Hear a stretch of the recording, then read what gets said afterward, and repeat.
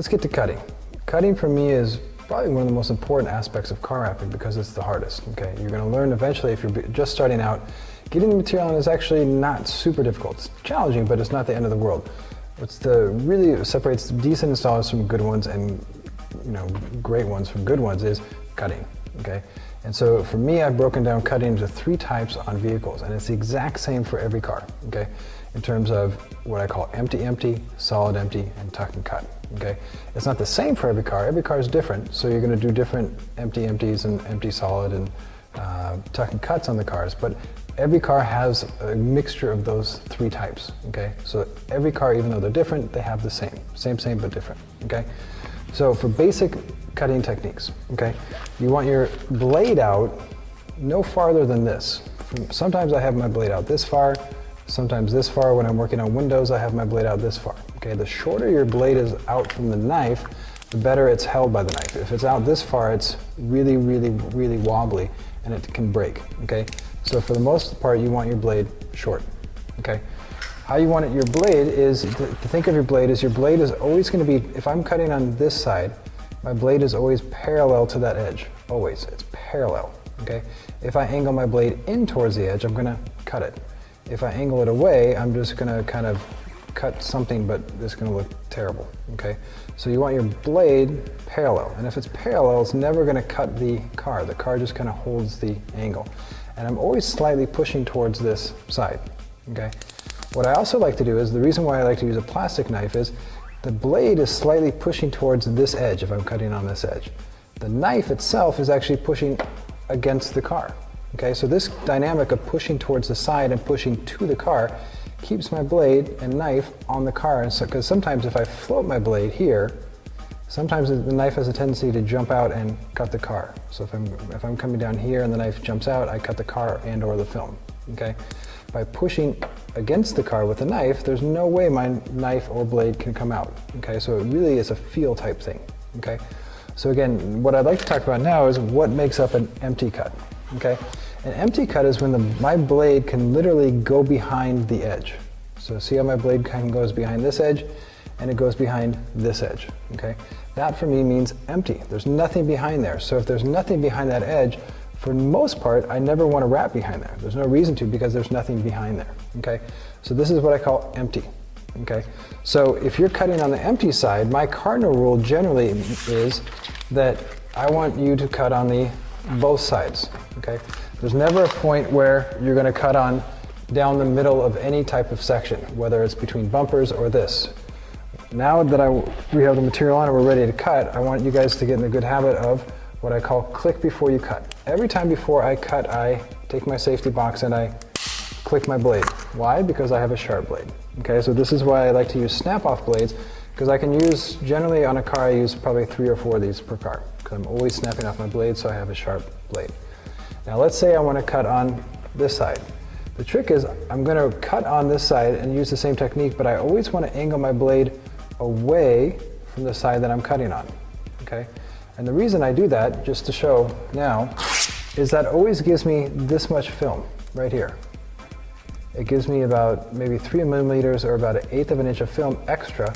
So then when I go and I do something like this, it wraps around the side without me having to actually squeegee and try to squeegee the material behind the edge. So I get the quality from viewing from the side without having to open the door and wrap all the way behind. So that's simply just because I angle my blade away from the side that I was cutting on, okay? So now that's the basic setup for that. So the one habit that I just talked about was clicking before you cut, okay? What I want to emphasize now is I clicked before I cut, and this is an empty. So if my cardinal rule is that you cut on both sides if you cut on empty side always, you're going to cut on both sides. So I'm going to cut on this side here, because this is empty, and I want to cut on this side as well. So I'm going to come back over here, let's shift positions. And this is a good emphasis, always try to shift body positions to make sure you have a good cut. To start the other empty, I'm going to make my blade a little long, and I'm going to make this free. A little sliver here, and I'm going to pull and put a little bit of tension on there by pulling up so it cuts nice and clean. Take my knife, angle it away, and I'm cutting away from the side that I'm cutting on. So I'm angling my blade out. So on an empty cut, I always think it's a good idea to remove about this much from the empty. And then you kind of run your finger or squeegee to seal it, okay? So what I did before I made this cut is I ran my finger. I made my cuts on both sides, and then I used my squeegee and finger to seal. But if you notice from this side, it looks silver, and then from the other side, it looks silver. So I get the quality of wrapping around, and it looks like I got full coverage because I did, but I didn't have to wrap behind the door. So it saves me a lot of time. I get quality, durability, all that kind of stuff. So this is what I call empty, okay? What I want to talk about now is what I call solid empty, okay? Now solid empty means that, look, this side I call empty. My knife goes behind this side. This side, my knife doesn't go behind because the body of the car continues on inside the door. So I call this solid, okay?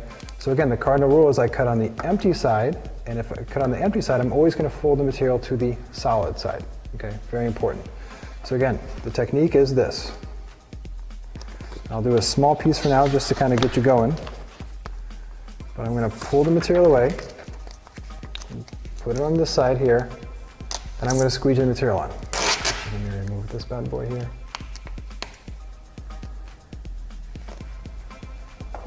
Okay.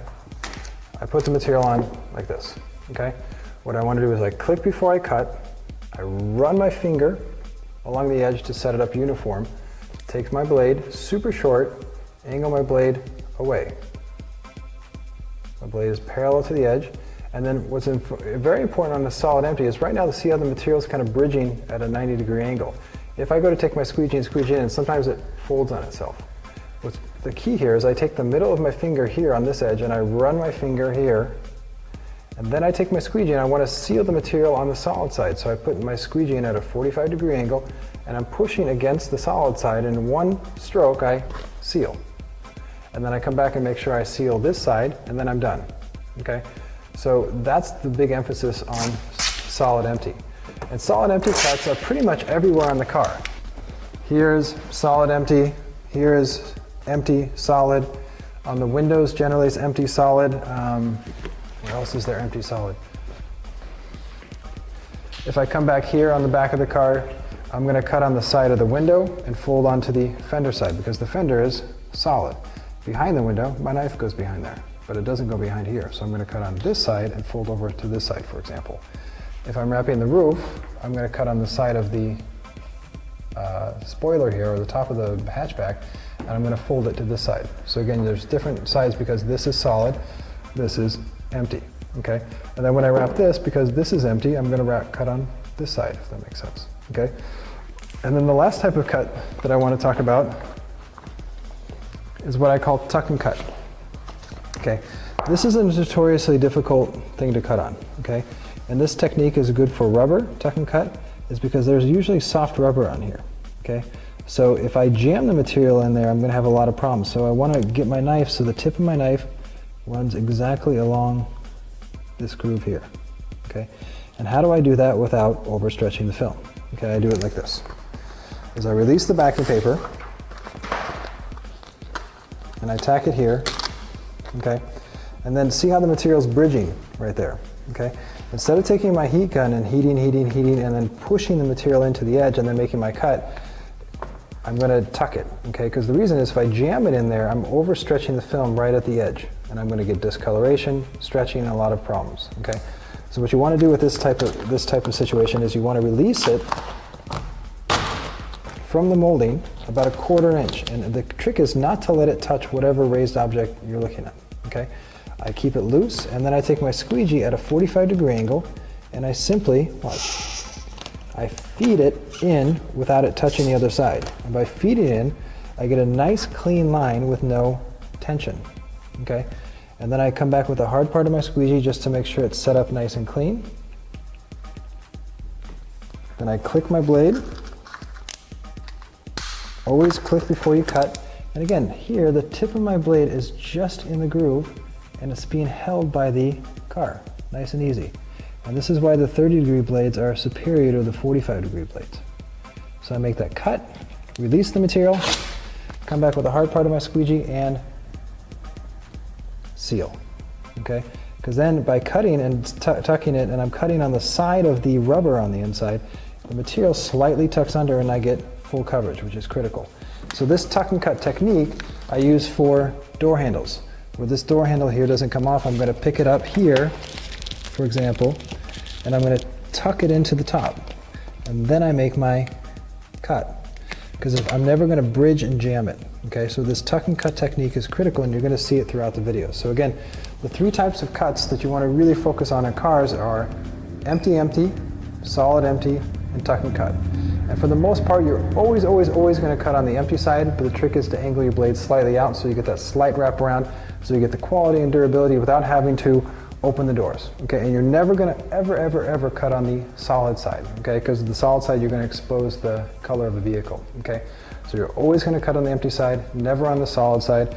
And for any kind of like molding, like door handles, antennas, or even molding like here, you want to do the tuck and cut approach.